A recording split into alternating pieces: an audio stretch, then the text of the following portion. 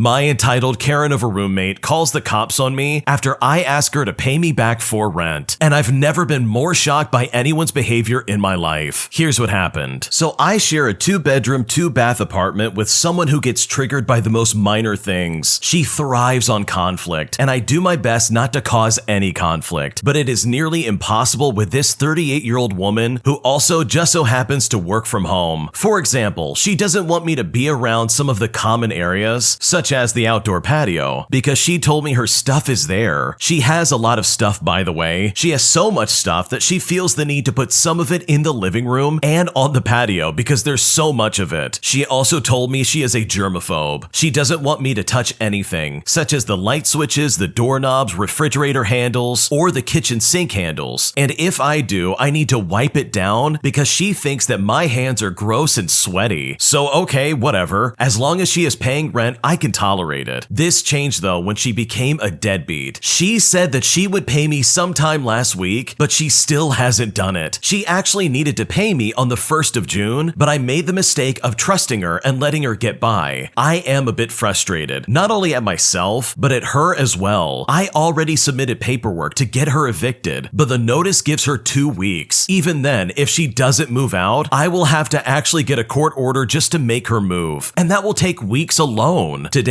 I decided to sit in the living room and wait for my roommate so we could try and talk about rent. When my roommate Karen arrived and saw me sitting near her stuff, she literally freaked out. She rudely called me out and told me not to sit near her stuff. I asked her when she'll be paying me back. She ignored me and continued to walk into her room. Then, 15 to 20 minutes later, she walked out while talking on the phone. I asked her again and she still ignored me. She walked around to go outside to the patio and closed the sliding door behind her. I pretty much just chilled next to her stuff in front of the sliding door. When she came out of the patio, I decided to go out on the patio and close the sliding door behind me. After 20 minutes on the patio, I was dumbfounded that she hadn't tried to argue with me yet. I thought that would do it, but boy did I not realize that this was only the beginning of my troubles. It's right about then that I caught a glimpse of her phone on the other side of the sliding glass patio doors. Glancing at me, I heard her say, "He is sitting on the floor watching videos on his phone." I didn't think much of it. She was probably telling her friend how triggered she was, which is the reaction I wanted. She should know that I have a right to use this space. 10 minutes later, lo and behold, a female cop opened the sliding door. I was baffled because I knew I didn't break any law. I didn't bother her, I didn't raise my voice, I didn't throw insults, I didn't show violent aggression, I didn't touch her or threaten my roommate. The cop asked me what was going on. I nervously explained to the cop that my roommate and I had some conflict on rent, and I added that my roommate gets mad whenever I chill out on the patio. First, she told me my roommate can take a walk if she's triggered by me sitting on the patio. Secondly, she asked me if I was going through the legal process of kicking her out. I said yes, and then I showed her the emails. She told me to sit tight and then walk back inside to chat with my roommate. I heard my roommate talking loudly. I couldn't make out what she was saying, probably talking about how bad of a roommate I am, which is truly ironic. After 10 minutes, the same cop returned and told me my roommate was rambling about stuff. I just nodded and told her it didn't surprise me. She went back inside, and after 10 minutes, the cop came back and told me they couldn't do anything and that this was a civil matter. We were told to avoid and not talk to each other, and then they left. My roommate went to get her blood pressure checked by a paramedic. She later returns to her room just to pout and cry. Fast forward, and she's been crying in her room for over an hour, and I think she was probably talking to her mom because suddenly I received $956 in my bank account. I wasn't expecting this at all, but honestly, I don't care. So when it comes to my stupid entitled Karen of a roommate, that's exactly what you get. And if you don't like it, I'll be sitting in the common area next to your stuff if you want to talk. What an awful roommate. Imagine trying to collect rent and she goes ahead and says, "I'm gonna call the police. You're threatening me." Like seriously, you're an idiot. I really hope she got in trouble for calling the police on something that was so useless. Like your roommate wasn't doing anything wrong. Just because you're getting upset by the fact that you owe them money doesn't mean you get to call the police and pretend like they did anything wrong. Because the original poster is just looking for their money, and it doesn't matter if you hide outside, on the patio, or in the front room. You still owe them money and you better pay up. Because very quickly, if you don't pay up, you're going to be in the court of law and you're going to be wishing you had just paid for your rent. So good for the original poster for putting your foot down and not not letting this weird entitled Karen try to get their way, because the way they were acting was so uncalled for, and they had no right to call the cops on something that absolutely did not need their presence. If you like Am I the Jerk, you're probably going to love Am I the Genius. Check it out, link down below in the description. Am I the jerk for kicking the majority of my husband's family out of our wedding when they celebrated their traditions, but violated many of my personal rules and boundaries? Here's what happened. So my husband and I just got married this January, but the wedding was an absolute mess. For context, my husband by the name of Ben, that's not his real name, has a very close-knit family that doesn't take well to outsiders, surprises, or change. Most family reunions and gatherings don't allow plus ones or spouses, only immediate family. Ben has 2 brothers and 1 sister. Each of my in-laws have wives and husbands, yet they still aren't allowed to come to the majority of the family events, so it's unfortunately not just me. Even though I can't attend most events with his family, I still have a somewhat decent relationship with them. Before the wedding, I've never had a major issue with them, but they've always been distant from me, and I don't really mind. Now let's talk about the wedding itself. The wedding was planned for New Year's Day, since that was the day that we met, the day Ben asked me to be his girlfriend, and the day that he proposed. So that holiday has always been very special to us. Everyone agreed that New Year's Day was a perfect day for the wedding, so no issues there in the slightest. Unfortunately, we did have a problem with other things. Ben's family has lots of odd traditions that they do, and over the years I've put up with them and embraced them. They include having a homemade sheet cake rather than a professional wedding cake, wearing all white, and having all the children walk up the aisle to toss flowers rather than having one designated flower girl or boy. However, I wanted my day to be good for the both of us, so we made some compromises. We could have the homemade sheet cake, but we both had to agree on the flower and design. Anyone could wear what they wanted besides white, and there would be no children at the wedding. And my husband suggested that, not me. We both talked to our families, and everyone agreed that these rules and boundaries were fine. That is, until the day of the wedding came, and my side of the family was dressed appropriately, with no children present, and everything was going great. But when Ben's family came along, everything changed. There were lots of children and babies, and everyone was wearing all white. Apparently, their tradition was more important than what I had already said. Only 3 people actually respected the rules set in place: the spouses of Ben's siblings. Ben and I were mortified. We immediately kicked them out and allowed the 3 people who followed the rules to stay, but they left with their partners, which we really didn't mind. The wedding went as normal, but it felt incredibly ruined. We ended up canceling the post-wedding celebration after some of his family members snuck inside. After we came back from our honeymoon, we were both berated by his family members and basically shunned from his family. I feel so guilty for not allowing them to practice their traditions. So honestly, am I the jerk for shutting them down and kicking them out of my wedding for not following the rules? Let me say this first and foremost, as honestly as I can. Your in-laws and extended family are completely in the wrong here. I don't care what their traditions are. The fact that they came to your wedding and blatantly broke the rules set in place is entirely inappropriate, and it completely is disregarding you and your special day. They had no right to show up and try and ruin your special day with your husband, and they are absolutely in the wrong for doing this. I mean, at least there were some people that tried to follow the rules. Like, that at least can be commendable, but the rest of the family seriously tried to hijack your wedding. They tried to say, oh, you made some rules? Yeah, forget that. We're gonna show up in white and all our kids are gonna be running all over the place. So truly, I don't blame you for kicking them out. They were being weird, they broke the rules, and they did not respect you or your boundaries. And in my opinion, you are completely justified for getting them out of there. And if I was in your shoes, I would have done the exact same thing. My ex-wife is about to be homeless and is now begging me to live with me and my son in my home. And at this point, I seriously don't know what to do. So to start things out, buckle up, friends, because my life's fever dream is about to get weird. I will be as brief as possible, but I am still trying to figure out what to do here, which is why I am posting this. For a bit of backstory, 3 years ago during COVID, my ex-wife by the name of Patricia, that's not her real name, completely cheated on me. We have 1 young son and have been married for 7 years. I tried to work things out, but her mom convinced her she cheated because she was unhappy with me. It was a very high conflict divorce, and at first, I made a few bad decisions, which was letting her have access to our joint bank account. I had a ton of false police accusations against me and CPS calls, so I put everything up to a camera. I walked with a body cam outdoors. I was utterly self-monitored to avoid allegations. happens. A week after I put up the cameras, I caught her and her family breaking into my house. Legally speaking, she did not get arrested because we are still married, but it does look bad in court. However, I took my lawyer's advice and the custody my state gives fathers. Fortunately for me, she fell in love with someone in a European country and handed away most of the rights to my son. Most, as in I got full custody, but she retained legal custody, meaning that she could pull him out of school or get his medical records and stuff like that. My lawyer said this protected me if we went back to court because she would probably win that before and I would look bad. 1 year later, she is getting divorced a second time and moving in with our mutual friend. The divorce happened about a month ago, and during this time, she has not attempted to visit my son. As a side note here, my lawyer advised me to play it cool and not to antagonize, nor withhold our son. Also, he told me to buy a house and set down some roots. That way, it makes it harder to take him away from me. Again, our divorce was a high conflict one, and I was terrified she would try and take him away from me. I am more than willing to allow her to see my son, and I want her to do the right thing and let my son grow up happy. Honestly, that's all I care about. Her history says that she is very volatile, and I am very concerned. But this is where the current problem comes into play. I don't want to bury the lead here, so the crux is that she wants to move in for a few weeks until her YouTube career takes off. I am not insane, so I do not have any confidence in this career. I also question her mental health for the reasons listed above. For some further context, our mutual friends, a couple with 3 children, grew tired of my ex-wife, and for good reason. They assumed she would do the usual thing, get a job and get back up on her feet. They also work very hard and sometimes struggle to get by, so working 10 hours a day to then come home to someone doing absolutely nothing is very discouraging. They gave her a deadline to get out, and they would involve legal matters. That deadline is in a few days, so my ex-wife has decided to call me and ask if she could live with me for a few weeks. She recently joined some new age religion. There is a lot of detail to share here, but I want to leave the tangent manageable. So instead, I'll just say that she believes a very specific religion line by line, even though she denies that religion by name, and that's the most I'm gonna say. Now, I am religious, so I'm careful not to make fun of other religions. It would not be sincere of me to do so, but it started with tarot card readings, which then led to going onto TikTok, and she believes that she is a starseed and an ancient alien who came to spread the light to the world. It seems like a mix of a few different specific religions and other spiritual things all mashed in one. She thinks that she is a chosen being, risen above the masses, and of course, that plays strongly into her ego. Everyone internally wants to feel like they are unique, and believing that you're some kind of royal bloodline certainly feeds into that. Right now, I am legitimately suspecting some kind of mental illness. Our mutual friends tell me that they don't recognize her anymore, and that she is being secretive and not letting them know what's happening. I'm a single dad with 100% custody and 0 support from the other parent. My dating life is also not looking up, but I have a promising career and we get by. I'm incredibly fortunate in a lot of ways. I've been getting a ton of therapy for my codependent behaviors, and I honestly don't need this. She tells me she will be homeless if I don't take her in. She is not speaking with her immediate family because she moved to another country. If I let her in though, it will seriously affect my mental health. What on earth should I do? I am leaning towards calling her bluff and letting her figure it out, though it appears that she will never get a job. Would the courts hate that? I am very uncomfortable with this position and I seriously don't know what to do. Your ex-wife sounds like she is mentally unwell and she seriously needs help. And honestly, if I was in your shoes, there's no way on earth I would let her in. I would be an absolute fool to let that happen. This would be horrible for you and your son. And also, I'm very curious about what kind of YouTube career this lady has, because I very highly doubt she has anything in front of her. This sounds like someone who is clearly going through a mental crisis and someone that absolutely needs some help. And fortunately, that help does not need to come from you. So in my opinion, I would steer clear of this, because this sounds like an out of control train. And if you're not careful, she will absolutely ruin everything that you've worked for. Am I the jerk for denying an older woman shelter from a storm after she creeped me out and gave me a weird feeling after she demanded to get into my car? Here's what happened. So I'm an avid hiker in Australia. Last week, I encountered a middle-aged woman around 50 years old as I was coming off the trail. She was walking in my direction as I came out of the bush. It was strange to see her. The sun was almost down and the weather was starting to turn. Also, this was an immediate collection of trails at best, fast and was difficult even for me at the worst. She didn't look super athletic. My point being, my weird radar was already going off. She walked up to me and stopped, standing too close for my comfort, gestured toward the clearing where my car was parked, and asked whether it was my car. No greeting, no nothing. When I looked over, something made me uncomfortable. There were no other cars other than mine in sight. The trail I was on isn't crazy far from civilization, but it's not a walk away. One of those highway rest stops that's there for the trail and a few parking spots if that. So there's no way she could have gotten here without driving. I let her know that yes, it was my car, to which she responded something like, "Perfect, there's a storm coming and I can't be caught in the middle of it. I need to get home." She was very matter of fact. It seemed like she had already decided what would happen. Without waiting for my response, she then started striding towards my car. I am glad I always lock my doors because she would have hopped right in the passenger seat had the door opened. As she was walking over to it, I went after her trying to explain that I wasn't sure it was a good idea for her to hitch a ride, asking why she was out here in the first place. I was practically talking to a brick wall until she realized the car was locked, at which point she turned around with this look of anger and frustration on her face. She started ranting the same stuff as before. "I need to go home. The storm is coming. I cannot be caught in it. Why don't you get it?" I was very confused at this point, while also being just a little bit scared, as this woman was now a barrier between me and my vehicle. I told her something like, "I'm sorry, but I don't feel comfortable with a stranger in my car." She stared me down for a few seconds, I guess trying to gauge her chances at asking again. And just like that, the anger drops from her face and she goes silent. I was really uncomfortable. I asked if I could call someone, if there was another way to help her out, but she starts walking towards me. But thankfully, then she walks right past me. I'm still asking her questions, then just saying stuff like, "Hello, excuse me?" But there was no response. She walked to the other end of the rest stop and maintained eye contact with me as she sat down on a log. Then she just stared at nothing. I did not follow her. I got into my car really shaken up and I drove away. As soon as I was back in cell phone range, I called fire and rescue, and they said that they would send someone out right away. I was so scared for my safety in that moment, but she was just some woman alone in the middle of nowhere. Am I the jerk for refusing this lady a ride, as well as shelter from my car? You are not the jerk. In fact, you're a genius. You did the right thing by saying, "No, I do not want you in my car." Here's the thing, and this is honestly my philosophy in life. If I'm uncomfortable with a situation, I'm not gonna do it. You can't make me do it. No one's gonna force me to do anything. If my weird radar is going off and I feel like my safety is legitimately in danger, then I'm not gonna do it. And there is no one that can convince me otherwise. This isn't just me having anxiety. Sometimes your body just knows when a situation is off. So when some strange person, woman, man, whoever, walks up to you in the middle of the night practically, alone on a trail with nobody else around, and says that they're getting into your car to get out of this supposed storm, then that immediately is going to be a situation where I'm gonna say, "No, you are not gonna do that." I would much rather be rude than not alive, if you know what I mean. She very easily could have been carrying something very dangerous that could have made this into something a lot more extreme. I mean, you're in the middle of nowhere. She could have pulled something out and taken your car from you. Then what are you gonna do? Suddenly your good deed turned into a really bad situation. In the modern day and age, people have a lot of options to get around where they need to go. But that does not mean you have to bend to anybody and everybody's will just to try and help them out. I'm all about being a good Samaritan. I'm all about helping people in need and being charitable to your fellow man. All that stuff is great. But if it jeopardizes my safety, there's no way I'm gonna participate. I'm gonna step away and find the proper avenues to help somebody. And the way the original poster handled this situation is honestly the exact same way I would handle this situation. Calling fire and rescue is the best thing you could do for this lady, because at the end of the day, and the way she was acting seriously was incredibly sketchy, and this very easily could have become something a lot more dangerous. Am I the jerk for purchasing my guy friend his dream birthday present and outshining his girlfriend in the process? So my guy friend, we'll call him Timmy, that's not his real name, has been one of my best friends since college. We're in our mid-20s now and are both currently in committed relationships with long-term partners. I have never had feelings for Timmy, nor has he ever had feelings for me. Ever since college, Timmy has been a huge watch fanatic. 2 months ago, he was showing me this stunning vintage watch and made an offhand comment about how he would explode with joy if he somehow got his hands on one. Very coincidentally, I was in New York City a few weeks ago and I stumbled upon this watch store and just so happened to have the exact same one that Timmy was looking for. It was expensive, I won't lie, and it was about $2,500, but I decided to get it for his 25th birthday. To me, it was basically fate. My boyfriend and I do very well financially, so this was something that I could personally afford, and I wanted to buy it for Timmy, especially knowing how happy it would make him. Now, Timmy has a tradition of hosting a dinner party at his place for his birthday, and then following that up with some cake and gift opening. I told him before the dinner that my gift was a huge surprise, and asked if he could save it for last, and he agreed to do so. His girlfriend ends up going first, and she gets him this gorgeous sweater that she crocheted for him, and a book that he's been wanting, which I thought was super thoughtful and lovely. Last, it was my gift. When he opened it and saw what it was, he literally screamed, hopped over a bunch of people, and squeezed me in this big bear hug. I was so happy to see him happy. It genuinely filled me with so much joy. He even got emotional, and I saw him swipe a few tears. He also said that it was the best gift he'd ever received. The whole time, his girlfriend was only slightly smiling and stayed quiet. The next morning, I get a text from his girlfriend that essentially said that although she appreciated my thoughtful gift, she thought that it was a bit out of touch and lacking awareness. She admitted that Timmy had also told her about the watch, and she wanted to get it for him, but it was way out of her budget. She accused me of knowing this, even though I had no idea, and still got it just to rub it in her face and try and outshine her at his birthday. She finished by saying how she felt like I had overstepped a boundary by getting the gift and would appreciate me not doing anything similar to it again in the future. I responded and told her that while I could see her point of view, I was just trying to do a nice thing for a close friend of mine. I asked her, wouldn't you rather he had gotten the gift and seen the happiness it brought him than him not getting it at all? She responded that happiness was only shared between me and Timmy, and that no one else felt happy about what I did for him, and that she felt hurt by my actions. Only my boyfriend knows about this, and he's on my side. But thinking it through again, I do see how I could have overstepped, but my boyfriend says that it's not my job to apologize for her insecurities. What should I do? Honestly, I don't think you're the jerk here. Like, I'm sorry you can't afford the watch, but guess what? I could, and he really wanted it, and he was really happy. Like, the fact that she can't be happy for her boyfriend getting things that he wants is honestly a big red flag. She clearly wanted this day to be all about her, and that's just not fair for the boyfriend in the slightest. So truly, you did nothing wrong. The girlfriend in this situation is being a weirdo, and honestly, it really shows that you really do care about your friend. Thanks for watching. When you subscribe, make sure to hit the bell to turn on notifications so you never miss a video. To finish listening to all the stories, use the playlist at the top of the description. And if you like Am I the Jerk, you're probably going to love Am I the Genius. Check it out in the description below and subscribe.